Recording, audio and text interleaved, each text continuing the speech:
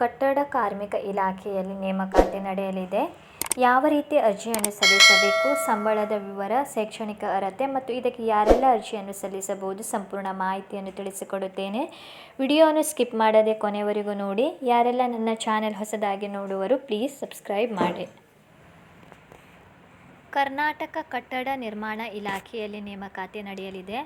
ಇಲಾಖೆ ಹೆಸರು ಕರ್ನಾಟಕ ಕಟ್ಟಡ ಮತ್ತು ಇತರ ನಿರ್ಮಾಣ ಕಾರ್ಮಿಕರ ಕಲ್ಯಾಣ ಮಂಡಳಿಯಲ್ಲಿ ನೇಮಕಾತಿ ನಡೆಯಲಿದ್ದು, ಒಟ್ಟು ಇಲ್ಲಿ 2 ಹುದ್ದೆ ಖಾಲಿ ಇದೆ. ಹುದ್ದೆಗಳ ಹೆಸರು ವೈದ್ಯಕೀಯ ಸಲಹೆಗಾರ ಹುದ್ದೆಗಳಾಗಿದ್ದು, ಈ ಒಂದು ಉದ್ಯೋಗ ಬೆಂಗಳೂರು ಕರ್ನಾಟಕದಲ್ಲಿ ಇರುತ್ತದೆ.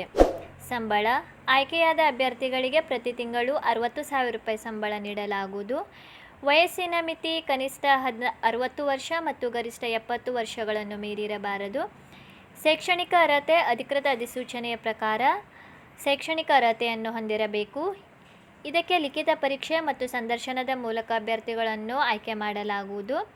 ಅರ್ಜಿ ಸಲ್ಲಿಸುವ ವಿಳಾಸ: ಜಂಟಿ ಕಾರ್ಯದರ್ಶಿಗಳು, ಕರ್ನಾಟಕ ಕಟ್ಟಡ ಮತ್ತು ಇತರ ನಿರ್ಮಾಣ ಕಾರ್ಮಿಕರ ಕಲ್ಯಾಣ ಮಂಡಳಿ, ಕಲ್ಯಾಣ ಸುರಕ್ಷಾ ಭವನ, ಡೈರಿ ಸರ್ಕಲ್, ಬೆಂಗಳೂರು 560029. ಈ ಒಂದು ಅಡ್ರೆಸ್ಸಿಗೆ ಅರ್ಜಿ ಸಲ್ಲಿಸಲು ಪ್ರಾರಂಭದ ದಿನಾಂಕ ಫೆಬ್ರವರಿ 9 ಮತ್ತು ಕೊನೆಯ ದಿನಾಂಕ ಫೆಬ್ರವರಿ 23, 2024 ಒಳಗೆ ಅರ್ಜಿಯನ್ನು ಸಲ್ಲಿಸಬೇಕು.